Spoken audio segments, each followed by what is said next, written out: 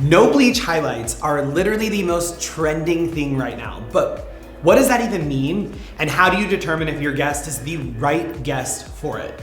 So no bleach highlights either means using a high lifting color or high lift in general. So how do you know if your client is the right guest for a no bleach highlight? Number one, are they virgin? Our gorgeous model here today was a 100% virgin. So I knew I didn't need to be aggressive in how I lifted her, that I could use our really amazing high lifts to get this gorgeous end result. Now, if your client has a little bit of demi-permanent on their hair from glosses, totally safe and acceptable. If they have anything permanent on their hair or you have suspicion of their being permanent, they're not gonna be a great candidate for this. You could always do a test strand and a foil for about 20 minutes and you'll know if they're a good candidate or not if you're unsure.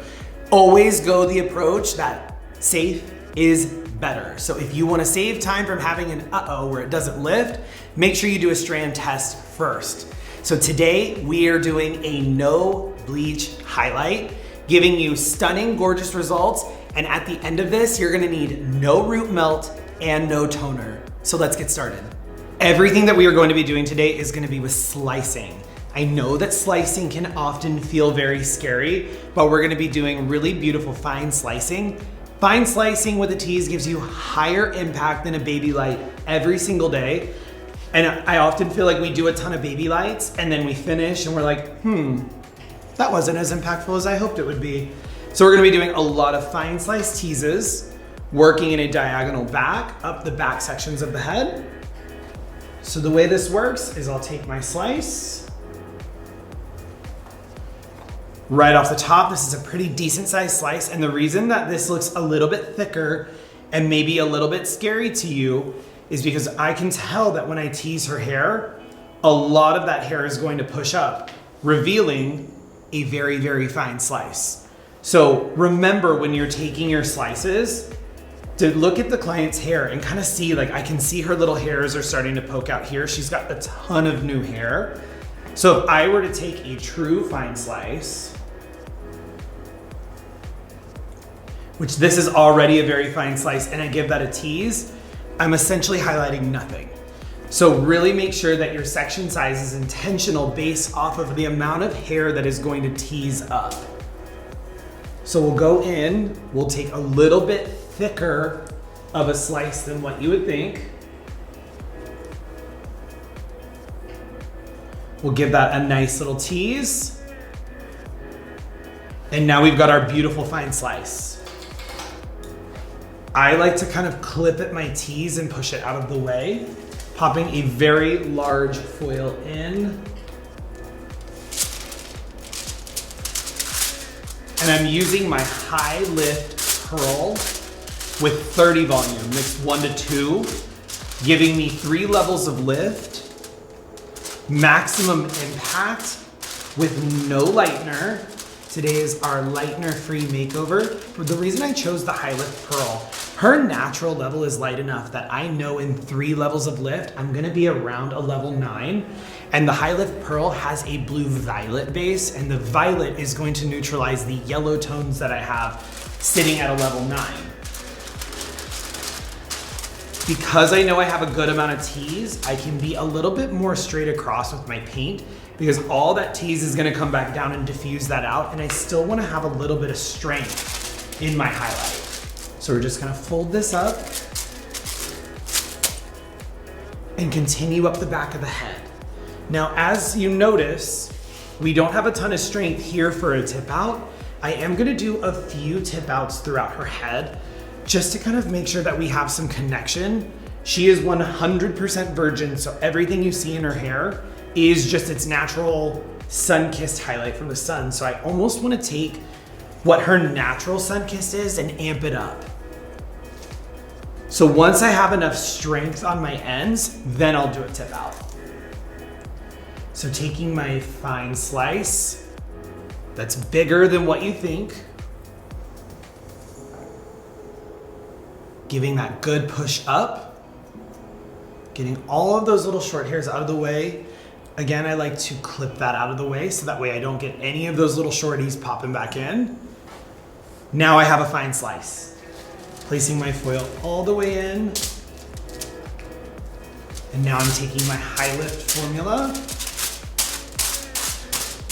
The thing that I love when I can highlight with high lift is that I get a controlled lift. A lot of the times brunettes, when they get highlights, the thing that they hate the most is either they're lifted to orange and we tone them and then they fade orange, or we lift them way higher, drop them down, but then they're fading way lighter.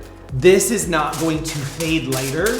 It's also not going to be orange because we're using a controlled high lift. So keep this in mind when you're doing those brunettes who want that, like, I just got my hair colored, but you kind of can't tell. It just looks gorgeous and it's not going to change drastically. Reach to high lift all day long. Now, it's not to say that highlighting with lightener is bad. We love highlighting with lightener, but sometimes it's not necessary. I still feel like my ends are a little weak. And what I mean by weak is if I take this and I give it a good tease, I feel like I'm still losing too much hair here. And I don't want to make her end solid blonde. And this section, tipping this out would make her end solid blonde. So I'm going to do one more of my fine slice tease. Now I feel like I have enough strength that if I tease this and weave it, her ends aren't going to be solid. So same thing, my slice is slightly thicker than what we think. Giving it a nice tease. Clip that tease out of the way.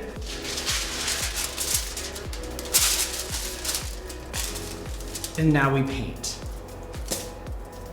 Now again, jumping into something that I think is really cool with high lift, I can also highlight her with lightener and highlight her with high lift. Alternate the formulas, and then you get a variation of highlight. A lot of the times when a client comes in and they're a fresh canvas and we just put one tone of highlight in, it feels boring to them or it feels flat. The most beautiful colors in the world have a variation of tones, multi-level highlights. So this is a really great trick to almost create like a mid highlight. So they have their base, they would have their lightener highlight that would lift them up to a 10, and then they would have their mid light that would lift them up to like a 9. Then you have this really gorgeous variation of tone, which honestly is the most expensive looking hair, is when you see just so many different tones dancing together. I truly do feel like high lift is kind of a forgotten gem of the industry. Beautiful, so now we have 3 full sections that we have to do a tip out with. So I'm just gonna fold those up. So now I'm going to over direct this to the front, which will create, the over direction creates softness and blend. Give that a nice little tease, pushing all those short hairs up.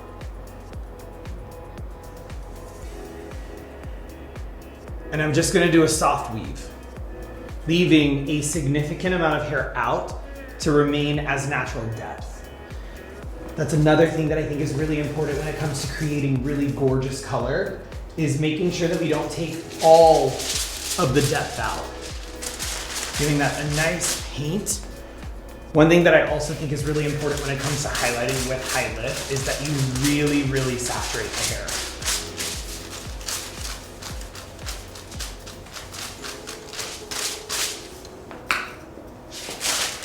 We're just gonna finish this one side. I think we've just got one more.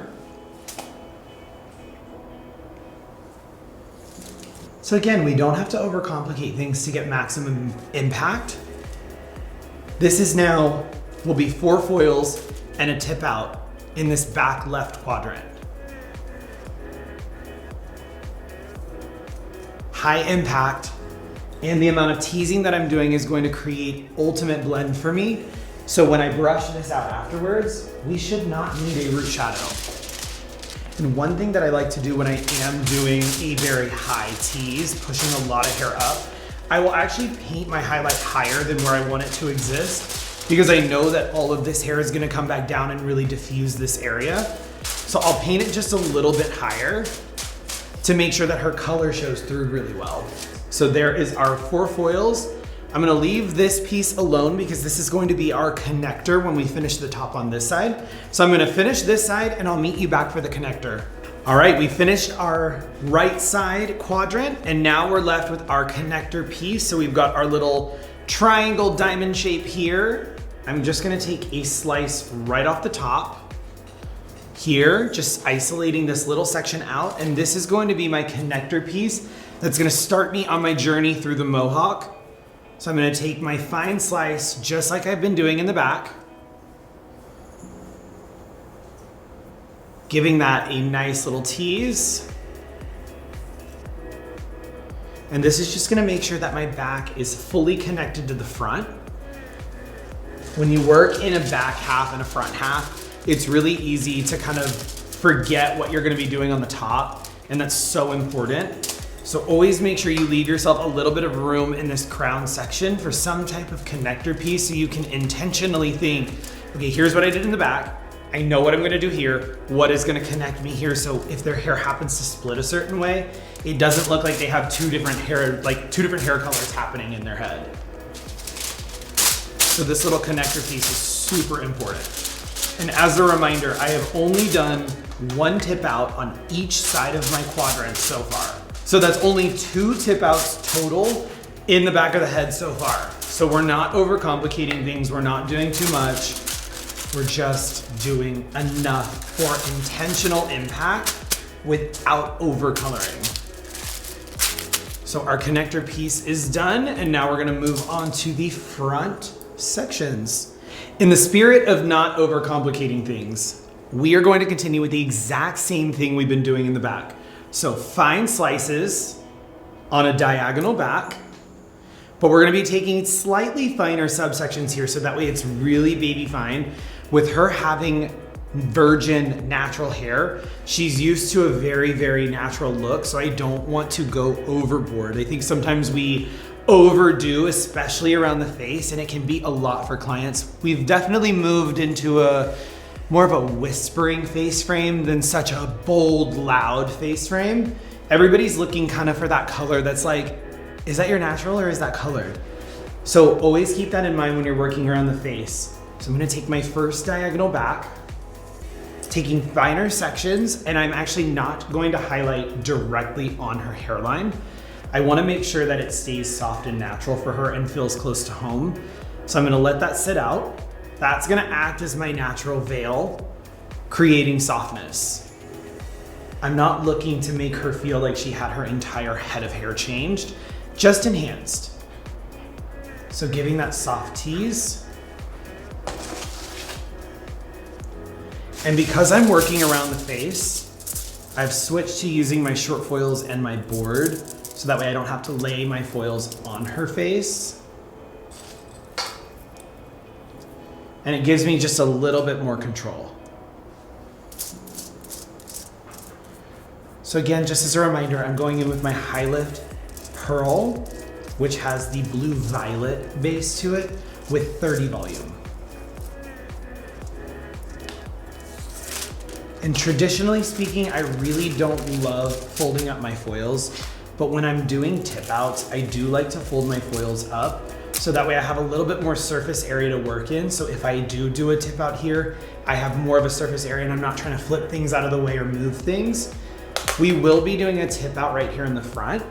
But again, just like in the back, I'm gonna wait until I have enough strength in the ends to do the tip out. So either it's not overpowering or underwhelming.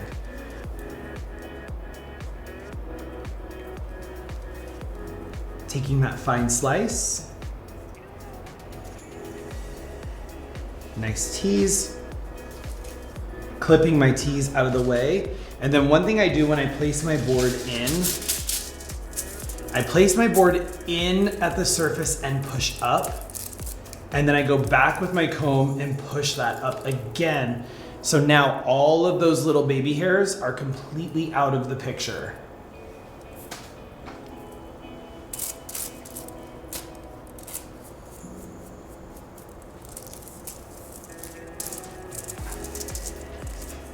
And again, because I know I'm doing a pretty decent amount of teasing on each section, and these are so fine, I am painting these up pretty high. Still checking here.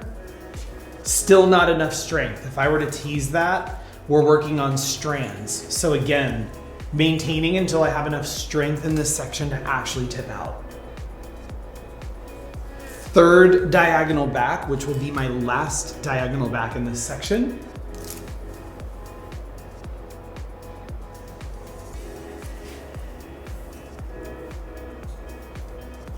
I started to tease and I noticed that this is a little bit too fine here. So I'm gonna change the angle of my diagonal back to scoop more hair in, giving me more strength in this section.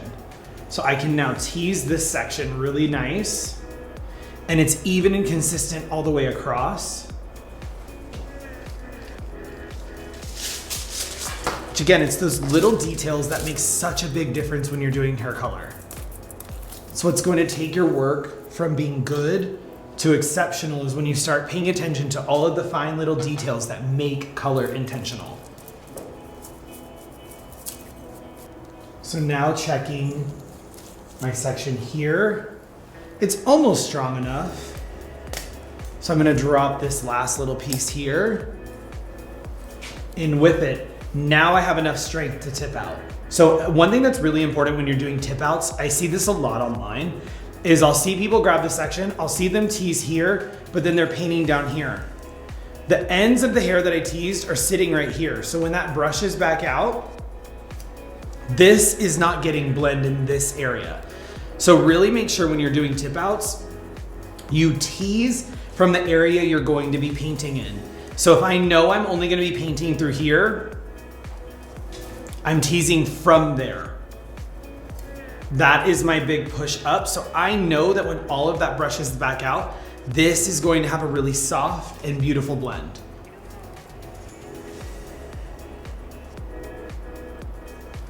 Giving that just a nice little weave. Just so it's soft, because again, I don't want to make her super solid, just kind of replicating what nature has already done. So these are going to keep me with a little bit of dimension there. Painting upward just to give me a little bit of softness, a little bit of a higher paint towards the face, saturating the ends really, really well. And that is now our third tip out of the entire head so far. So we're gonna repeat this exact same thing on the other side. We're gonna do our fine slices and our diagonal back with our one tip out, and we'll come back together for the face frame and the top. So now moving into the front, you can see she's got her pretty set part here. What I look more so for when looking at her part is just making sure that everything's gonna be well-rounded and connected. So what I did on the sides is what I wanna repeat here on the front. The thing that I'm noticing a lot about her hairline is she has a lot of baby hairs all along this front. So I'm gonna use that to my advantage to be her blending. So if I hold this out just at the very ends, see how much hair falls out? So I wanna be really cautious of not teasing too much, that too much hair falls out and we're left with minimal structure. But I also wanna use it to my advantage. So instead of taking on the sides how I took the slice here, left that out, because she has so many baby hairs here in the front, I'm just gonna use those to my advantage and give this just a nice little tease. And then a trick that I like to do is I like to go from the bottom and just pull that out. So all of those little baby hairs are now out, and I'm left with as much structure as I have in this section to give me a really substantive highlight. Otherwise, if I do too much, this is gonna be nothing and she's not going to see it. But then all of this creates my blending. So that's gonna be my tease here.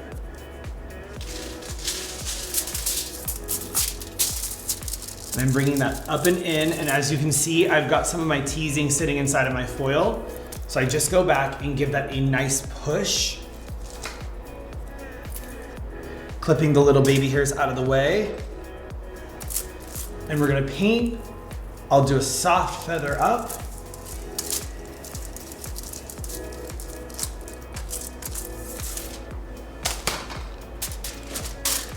Making sure that this is really well saturated.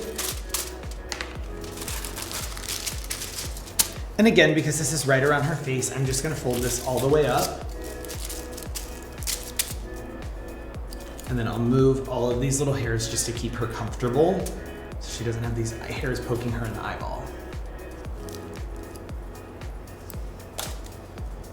Taking my next section back, I'm gonna continue the same thing because this section as well, if I shake that down at the ends, a lot of it comes out, so I don't necessarily need to take the slice off the top and tease. It's going to have that blending for me, just based off of how many baby hairs and shorter hair she has. She has a lot of new growth, which is amazing. We love new growth. So I'm just gonna use that to my advantage. Giving that a good push, I can go back from the underneath and pull that out. See all of those really beautiful baby hairs there? This is all acting as my blending. And then I still have what I would consider to be a very fine slice. Now, probably my next foil, I'll take a look and see once I start to shake her hair out in my next section, that I might go back to doing my fine slices. Pushing all of that up and out. So right now I would consider this 2 back-to-back slices, not necessarily the fine slices that I was doing in the back, just based off of the structure of her hair.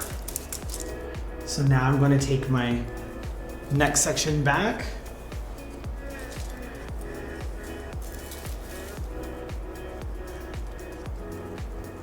We've still got a little bit of dropout happening, but I'm gonna take a fine slice so I can start to build my connection to what I've been doing in the back. So I'm gonna take my slice.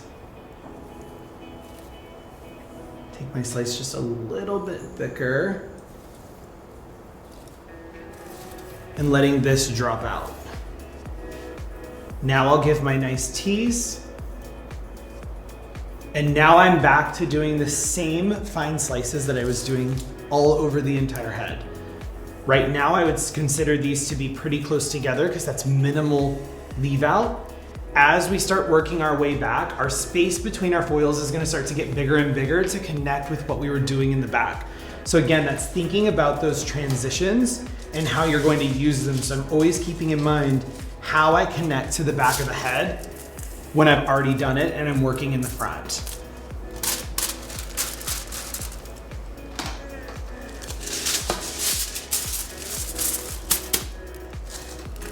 And now because I'm getting into more of the longer hair, I am gonna start leaving my foils long.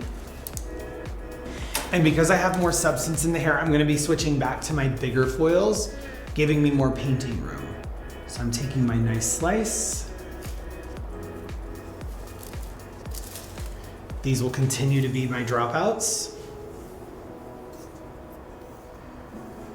Giving that nice tease. And now I really have a nice fine slice. Again, just making sure all of those little hairs are out. Giving that a soft feather up. And then I'm gonna turn her to the side so that way you guys can see my section size was pretty close. It's getting a little bit wider. And now I'm getting even wider or thicker in my subsection, matching exactly what I was doing in the back.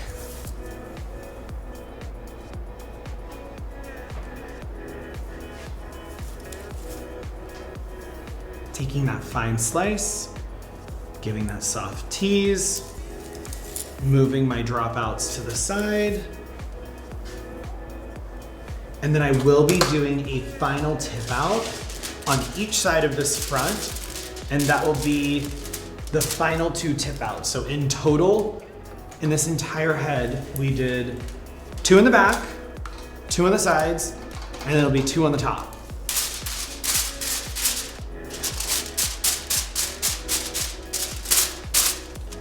Again, my slice looks bigger than what you would want to take, but once I tease and push all of those little baby hairs out, we are left with a really beautiful fine slice.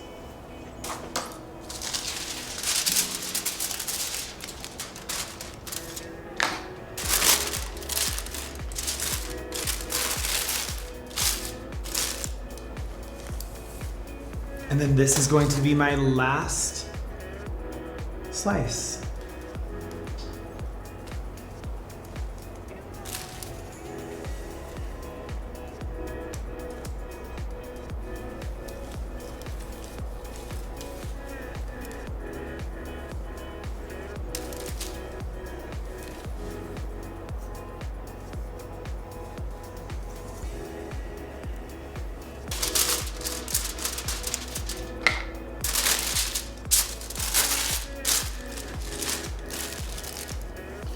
So now what I'm doing is making sure my tails are kicked to the side and just flipping my foils back to get them out of her face.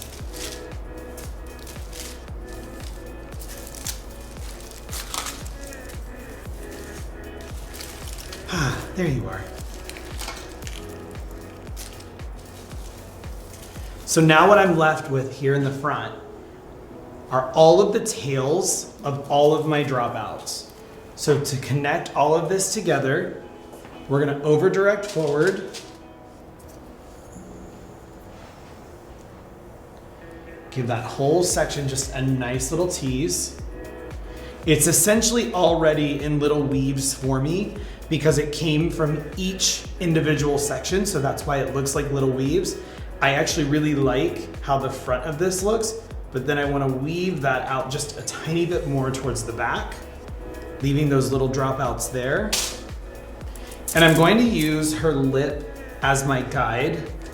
I don't want this tip out to come any higher than lip level. The beautiful thing about this tip out, because it's coming from this entire section, all of this over direction forward is going to create a sweep effect when it goes back into natural fall.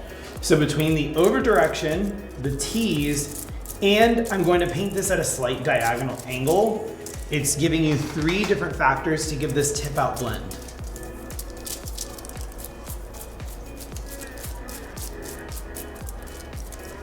And then I'm just gonna finish this last tip out here and we'll come back after we get her rinsed and brushed out.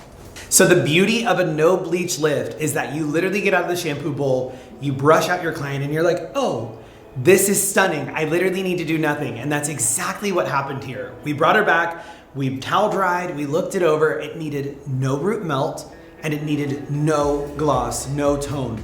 It's the beauty of our high lift. They have the tone inside them. So you're able to lift and deposit tone at the exact same time. So no root melt, no gloss. Truly just placement. And the biggest things in this placement that I think is so important is using the right amount of tease. We talked about, she had a lot of new growth, she had a lot of baby hair. So we were using that to our advantage. Even with all of those mohawk slices that I did, you don't see heavy slice, chunky placement. It's so soft and diffused because of that tease that we were using. Really smart, intentional teasing will save you so much time behind the chair because you literally can skip that root melt unless you absolutely need it. Again, we use that high lift pearl, which has the blue violet undertone with 30 volume to get our lift and deposit at the exact same time. Instant, stunning, gorgeous results. That's the power of Kenra. So if you guys have any questions or have any requests of what you'd like to see in our next tutorial, drop it in the comments right now and I'll see you next time.